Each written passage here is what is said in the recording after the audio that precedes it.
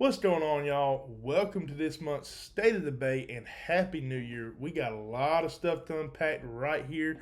We're going to talk about events, what we have going on inside the Mobile Bay for the month of January, as well as what's going on with the fish, what kind of patterns you can expect, where y'all can find some fish, and then the tackle to be able to go out there and catch those fish.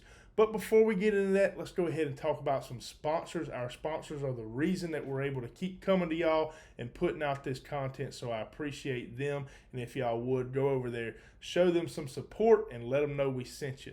Our first sponsor is going to be Hammerhead Kayaks.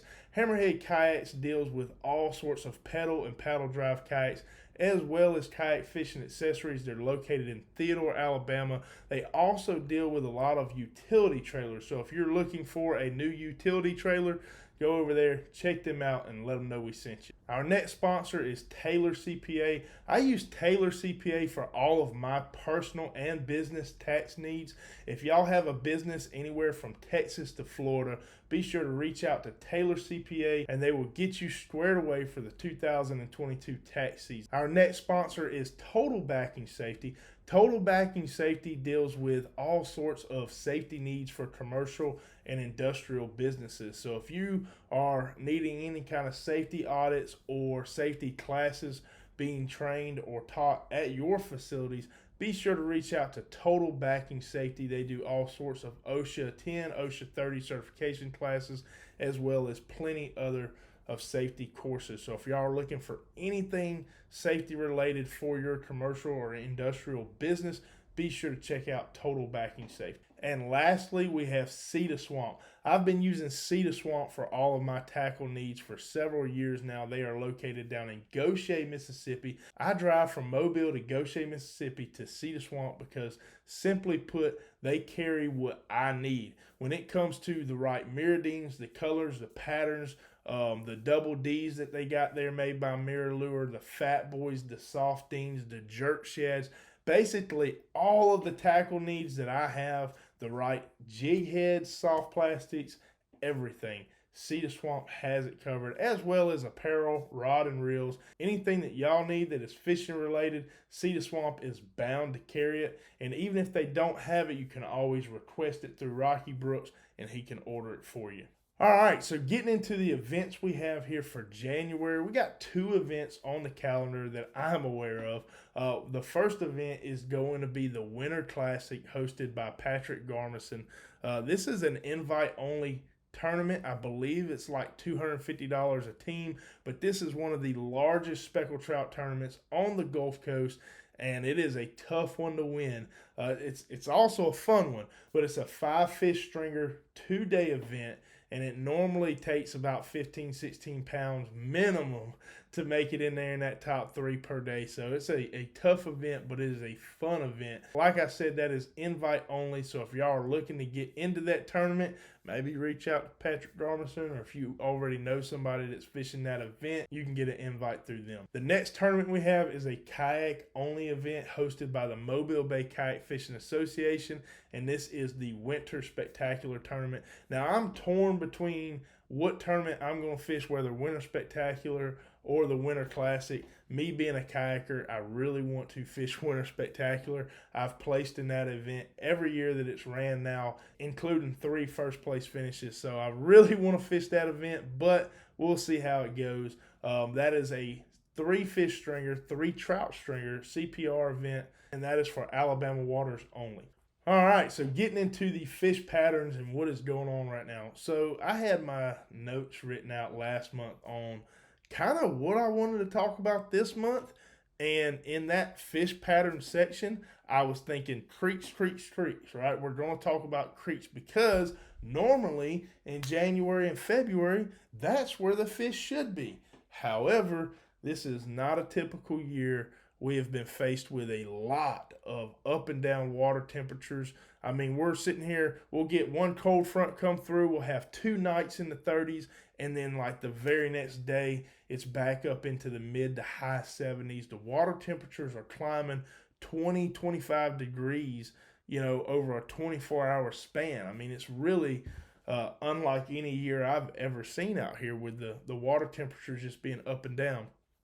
But with that being said, we have been able to find some fish, and I want to kind of share with y'all where we've been finding those fish and then the right tactics and tackle to locate those fish. So the fish are in the rivers.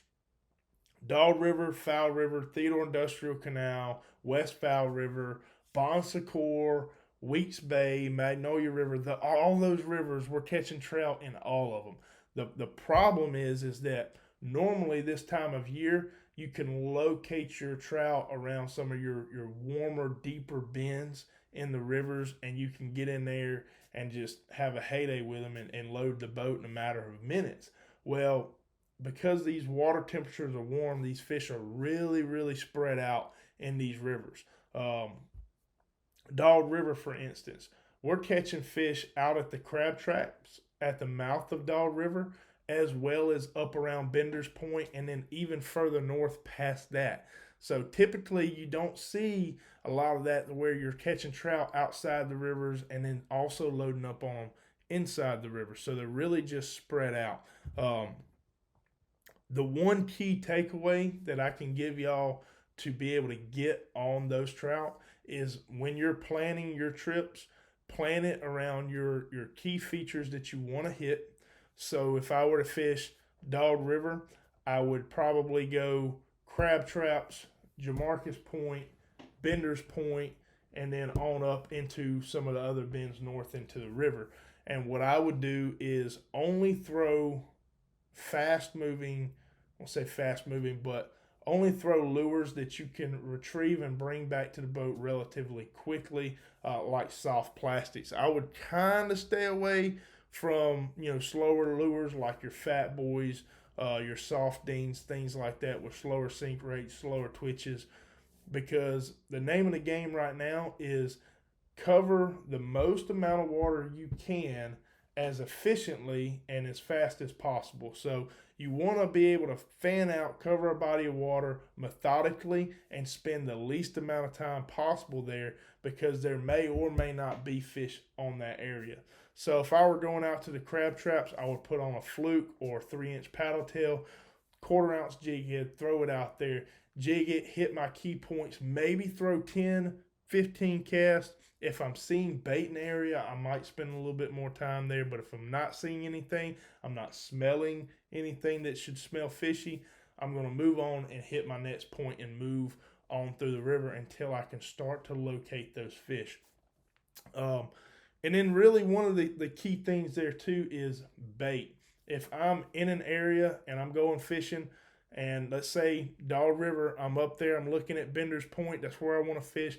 I get on Bender's Point. If I'm not seeing the glass minnows scurrying across the top of the water, if I'm not seeing any kind of pogies popping or any kind of smaller mullet or bait fish moving around the area, I might give it 5 casts and I'm going to move on.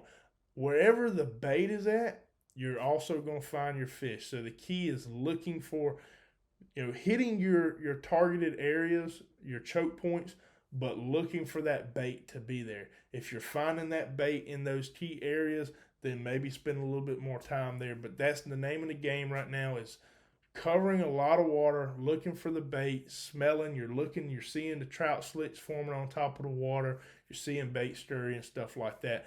I would personally stay away from slower moving baits like my fat boys, my soft deans, Ned rigs, things like that, and I would opt for lures like the Bugs Fishing Trout Thumper or a Fluke, a Matrix Shad 3-inch paddle tail, anything like that I can bomb out there, get a good long cast, retrieve it back to me. Those are the lures that I'm going to want to stick with. Now, once you locate the trout, say on Bender's Point and Dog River, I locate the trout there, I'm catching them on a fluke, and then you want to get bigger bites, by all means, have your fat boy ready to tie on, throw it out there, and key in on trying to get some of those bigger bites.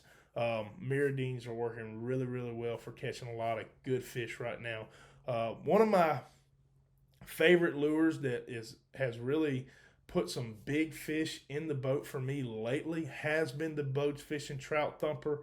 I've caught one of the biggest trout I've caught this year so far on that lure, about a 7-8 pound trout. But Yeah, I mean that's kind of the deal. I know I talked mainly on Dog River, but the same thing goes for Foul River. The fish in Foul River are still in those bins, but they're just not stacked like they normally would be. Like in Foul River, on the section of the river that goes north and south, you'll see it. It just starts bending, having a lot of bends in there. Typically, you're going to find a lot of trout in those bins. However, this year's been a little bit funny.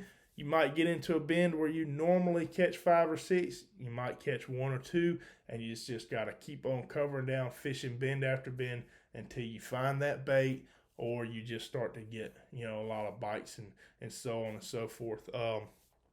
Gaillard Island has still been productive. Fishing some of the flats around Gaillard Island, close to the channel, those areas. But once again, if you're going to plan a trip to Gaillard Island, drop your trolling motor, keep an eye out, look for bait flicking out of the water. If you're not seeing any bait, you're not seeing any trout slicks, make a couple of casts and move on. That's kind of the name of the game. But that's pretty much it. I hope this video was helpful to y'all. I do appreciate y'all tuning in from month to month and following us here on our State of the Bay. Look forward to seeing y'all next month. We'll see y'all next time.